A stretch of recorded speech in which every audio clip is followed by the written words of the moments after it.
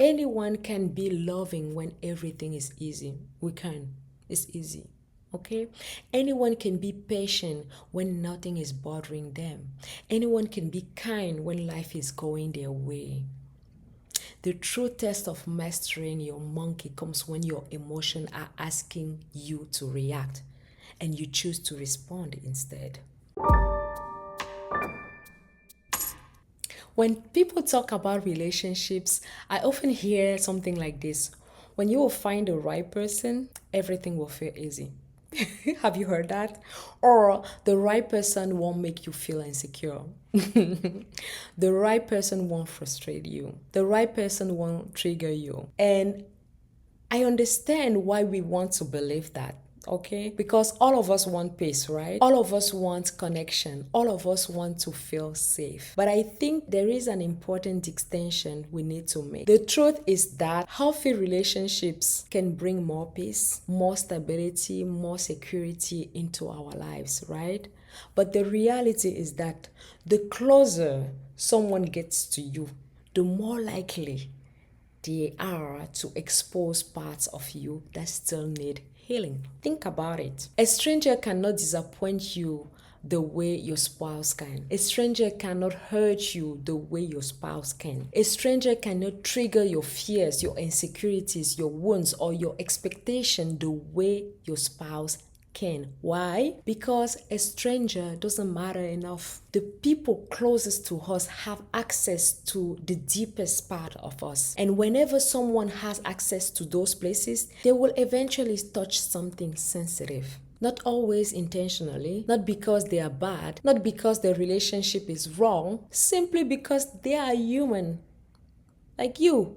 Sometimes your partner says something that makes you feel unseen. Sometimes they forget something important. Sometimes they don't respond the way you hoped. Sometimes they make mistake and suddenly you feel anger or rejection or disappointment or fear. And in that moment, something important happens. You are standing at the doorway of mastery. Because relationships do not only reveal who our partners are, they reveal who we are. When I am triggered, do I attack?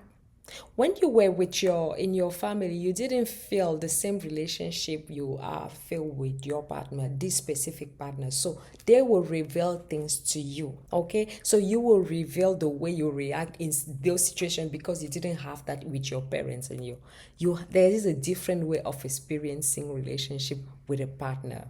So there are things that will be revealed to you about yourself. So when you are triggered, do you attack? Do you withdraw? Do you become defensive? Do you shut down? Do you punish?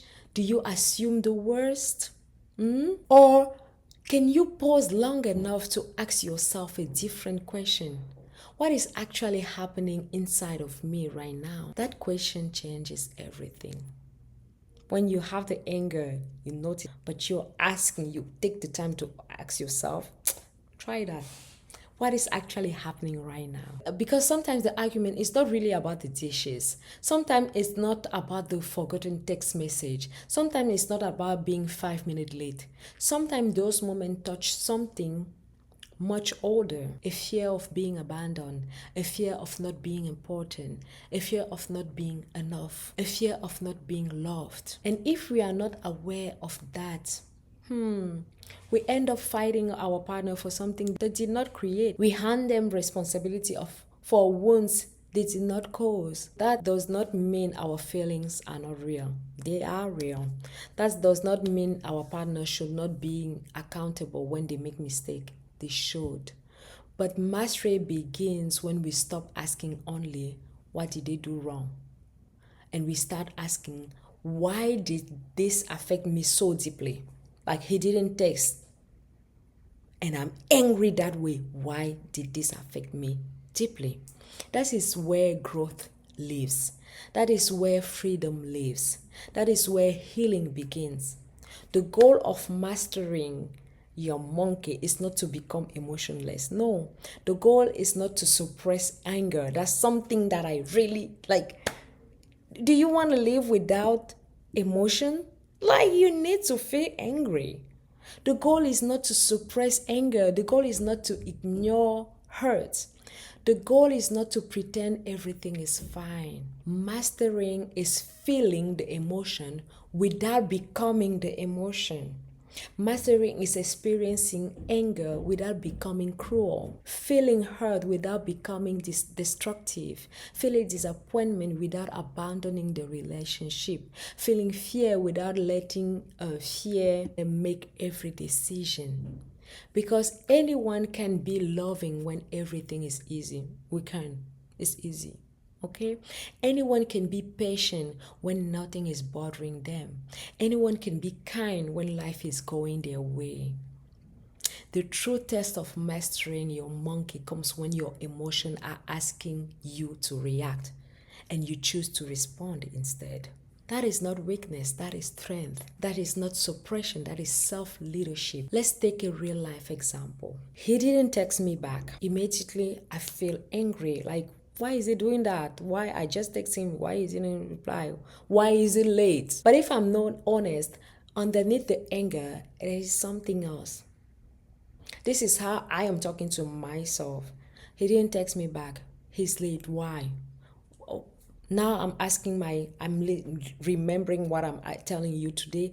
I'm asking my question. Why am I feeling that angry? Okay, it's because I feel rejected. I feel unimportant. I feel like he doesn't care. Okay? That's how I talk to myself. I'm talking to myself internally. So let's pause there. Where is that feeling coming from? Is it coming from what is happening right now? Or is it coming from a story my mind is creating? When I think about this particular person, is he usually uncaring? No, not really. So what else could be true? Let's take a possibility. That's me still talking to myself. Okay, maybe he's busy, maybe he's driving, maybe he's in a meeting, maybe something unexpected happened, or maybe something that he usually do, he will stop at a store and buy me something. Okay, so when I have this other possibility, I am going back to the feeling of anger because that's the root. That's really something I want to understand more, because now that I am thinking that he might be on the shelf looking for something for me because I know that's what he usually do. Now my mind on that side is calmed, right? But I want to think about, why did I feel that anger? So I am asking myself, maybe this feeling of rejection is touching something older, because obviously it's not him. If it was him, he's not here yet, I would still feel angry. But that thought of him looking for something for me calmed me down. So where does this feeling come from? So it reminds me, now I'm trying to think about the time I felt that kind of anger or feelings, because now I'm realizing it's not actually anger, it's that I feel unseen. And it reminds me of moments where I felt unseen. Okay? It reminds me of moments I felt abandoned. That's me still talking to me. That's me trying to understand that emotion. So now I have a choice. I can send an angry text message saying, why you didn't reply? This is the 10th time I'm texting you. Blah, blah, blah. Okay? I can start an argument. Or this is what I usually do. I can take care of myself first. And when I'm saying that, it's taking care of that part of me who feel unseen, who feel not safe, or who feel, and most of the time, it's the little me. It's the child in me who went through stuff and who feel unseen or misunderstood or not taken care of, right? So now I'm asking myself, what can I do to tell that little me that she is safe, she is loved by me, the adult one, not someone else, no, by me. So I will start telling things to myself, like I will talk to me like I'm talking to someone else, like I'm talk to me. I can remind myself that my worth is not determined by a text message. I will most likely go take a walk because I love walking. I can take a shower, I can read a book, I can go, most likely I will go for a walk because that it's not to calm me down, it's something that I really love and enjoy, being by myself and walking. And that will remind me that I am taking care of me by walking because I'm doing something that I love and enjoy. Okay. So I will do something that will bring me back to myself. And now that I'm going through that process, I forgot all about the text message they didn't reply to. Okay. Oh, another thing I can do, I can watch a movie. Okay, that's something I also love if I can't go for a walk. So I will do something that will bring me back to myself. Because mastering your monkey, that anger, that mind of myself who started going around, he didn't text me because of it, because of it, blah, blah, blah. Mastering this monkey is learning how to sit with my emotions without letting them control my action. Because if I was letting my monkey decide, I will text back. I will wait at the door, be like, why you didn't, you understand? Okay. Mastering is learning how to sit with my emotions without letting them control my actions. Because I might text and an angry message and regret my words later.